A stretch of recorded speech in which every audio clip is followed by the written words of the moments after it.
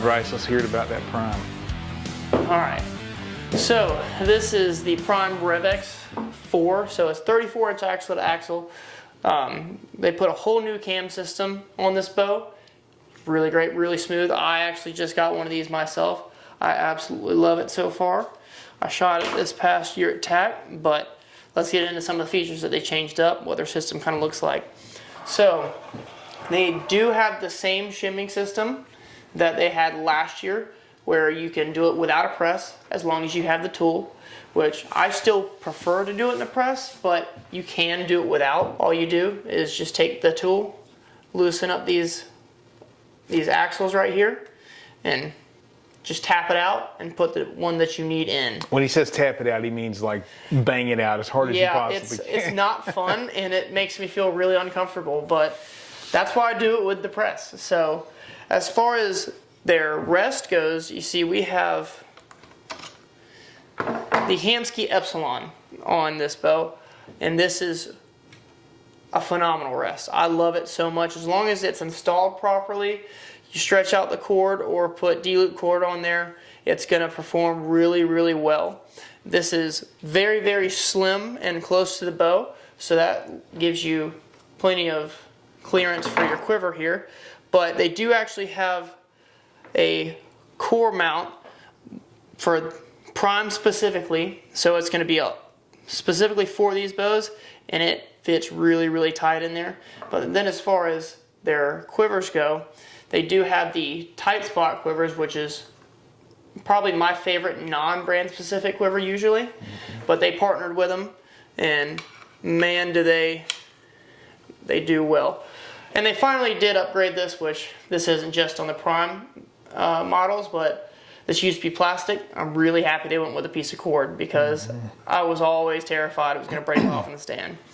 But I mean, I don't know how close you can see it there, but there is almost no room in between here and the actual bow. So I mean, that's tight. You can keep it on when you hunt. You can do whatever you need. But then as far as the sight goes, still your standard sight mount bracket, but because of where the quiver mounts, that is not a factor when it comes to how close you can put your quiver.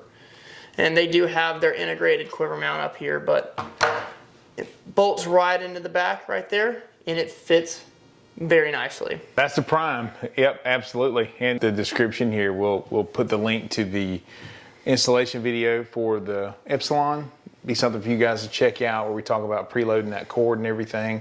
We get pretty technical in that, but once you go through it and then you install one, it'll make so much sense to you. What I did not mention was they still stuck with their same grip with, what is it? What gel is in there? Yes. There's a gel in there so it doesn't get cold. Some kind of aero gel or something like that. Yeah, it's very nice, so on those cold mornings you don't have to worry about that. And then as far as their risers go, they have their center grip technology, which actually moves the center of the bow up a little bit, so you have more riser down here holding the bow very, very steady. I think I can speak for myself and just about everybody else who shot them.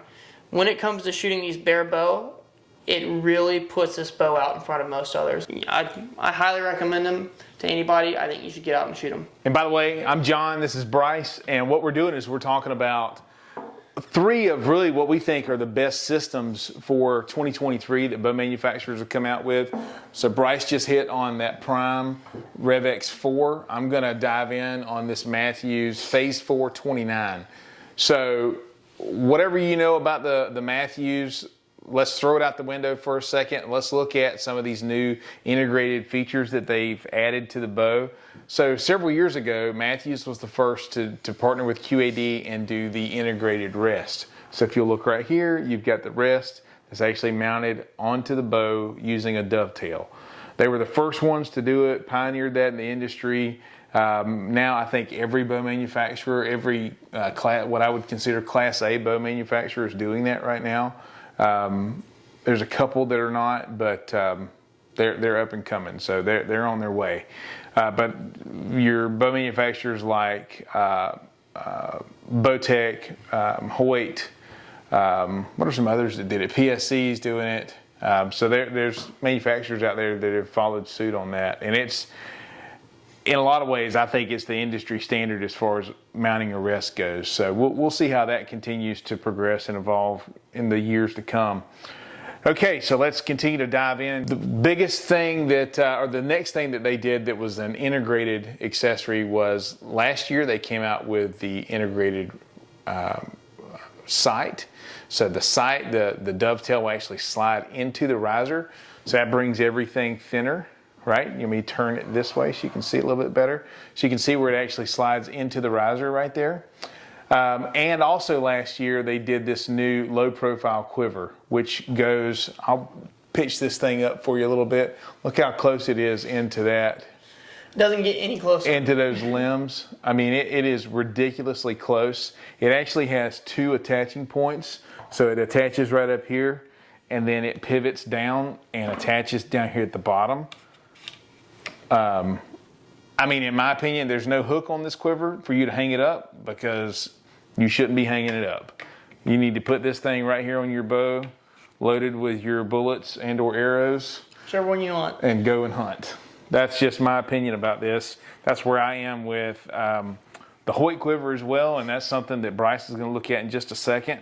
But yeah, that's my opinion about that. So this year what Mathews did was they integrated into the riser the bridge lock stabilizer, and I think it is just super cool.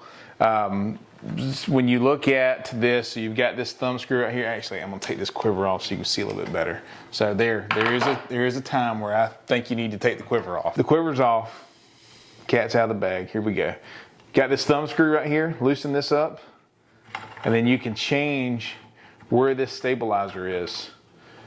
Get it dialed in exactly to suit your needs, or if it won't fit into your case, loosen that thing all the way up, push that thing all the way back. I mean, you're able to fit in any case on the market just about. If it'll fit your bow axle to axle wise, it's going to be able to fit in there with that stabilizer on.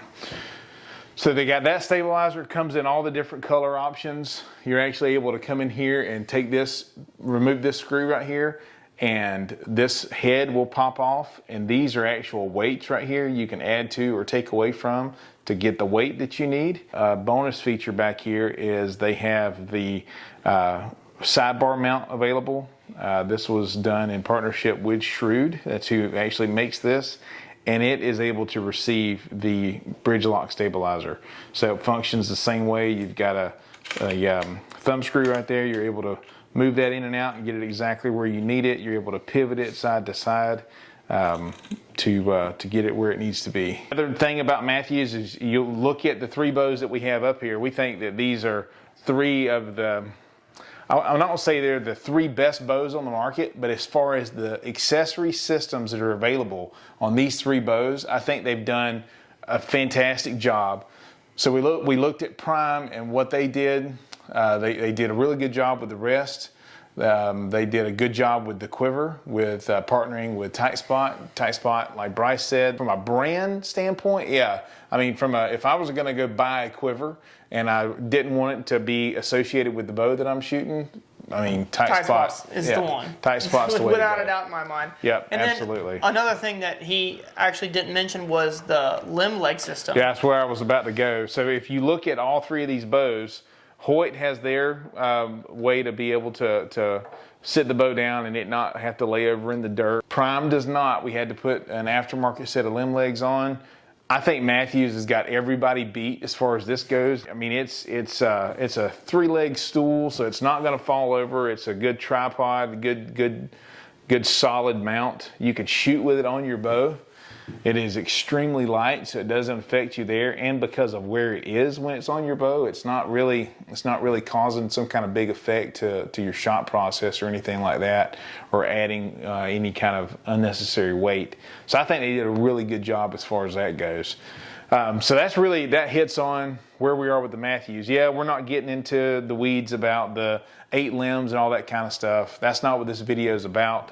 We'll do another video about that later and the technology that Mathews did as far as that goes. But what we really want to look at is systems, because what I want to do, and we're going to, in this video, we're going to Like right now, you're going to look right here and you're going to see a dude that shot a deer and needed to make a follow-up shot. And he was not able to make a follow-up shot as quickly as he should have because his quiver was on the other side of the tree from where he was hanging in his saddle.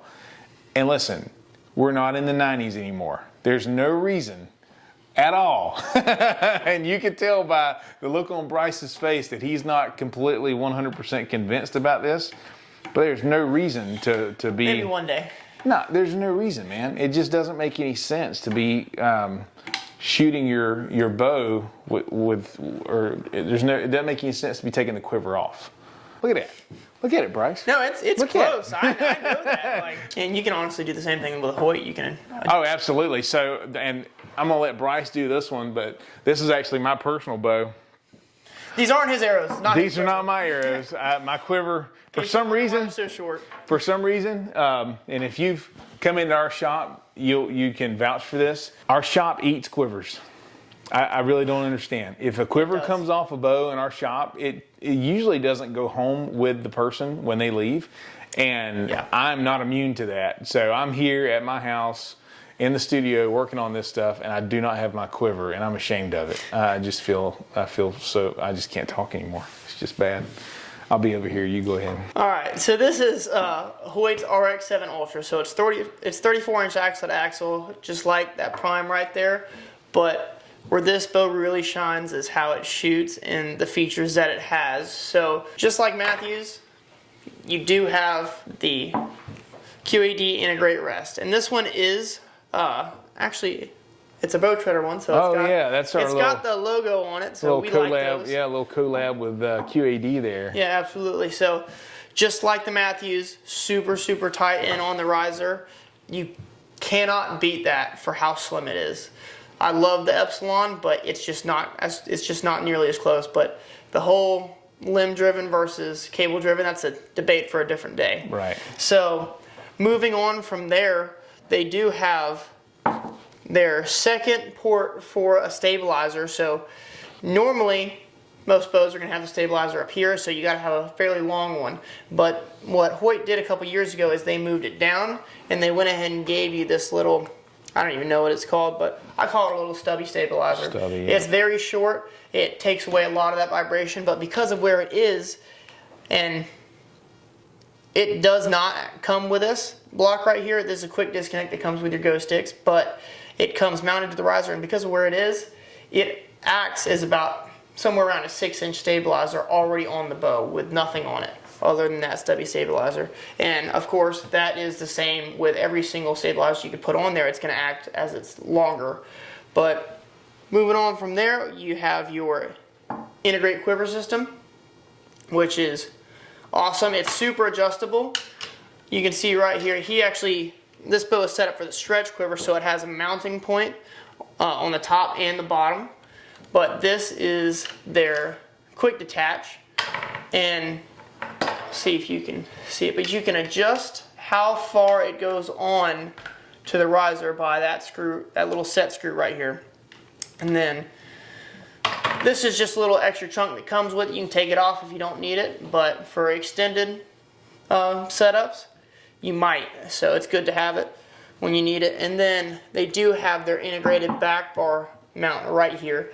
As far as back bar mounts, this is my absolute favorite. Yeah. It is as small and compact as it gets. All these other ones, I do like the Matthews back bar, but I gotta say, it's a lot.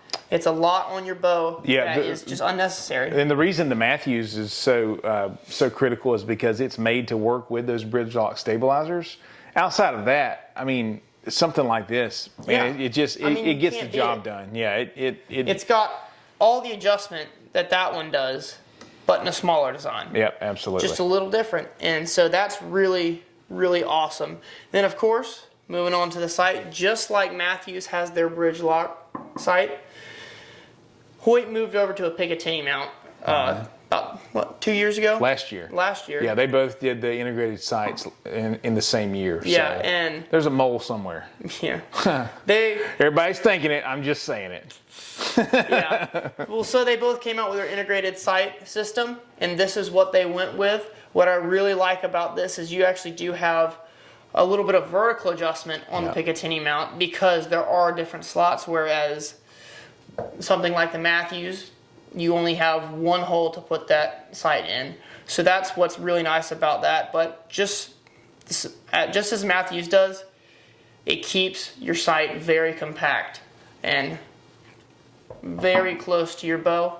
Right now he still has his spot hog mount on there. Yep. For the reason I don't know. Well, I've got it on there. I'll give you some commentary around that. I don't know where I'm hunting this fall, and that Garmin sight, as cool and awesome as it is not legal everywhere. Oh, that makes so sense. depending on where I'm hunting, I want to be able to swap over. And I know with the way my bow is set up right now, I can slide that spot hogfather in there, and I might take one or two practice shots just to check and make sure everything's good, but I know it's good.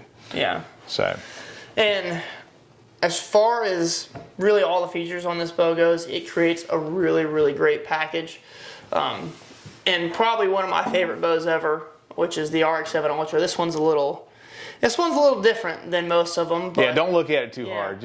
I'll let you try and figure that out. Although if you listen to our podcast, you probably already know. Yeah. So really, really nice system. I absolutely love it. I have the smaller RX7, so that's the 30-inch axle, and I'm working on getting all the accessories on it right now to have a really good inline system for this year's hunting season. All right, that ought to hit it. Hit us with any kind of questions or comments that you got. Definitely like and subscribe to our channel.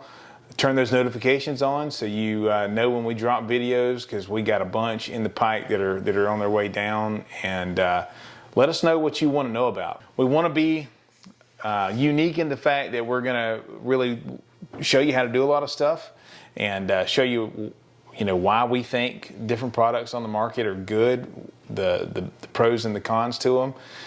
Because we're dealers for all these brands. That means we're an extension of their brand. So we're going to do things to put them in the best light possible. But also we want to provide a service to you guys, the consumers, so you're able to make those buying decisions and feel good about what you purchase. I know we've said this on other platforms, but if you have a question about anything, we like to talk about it.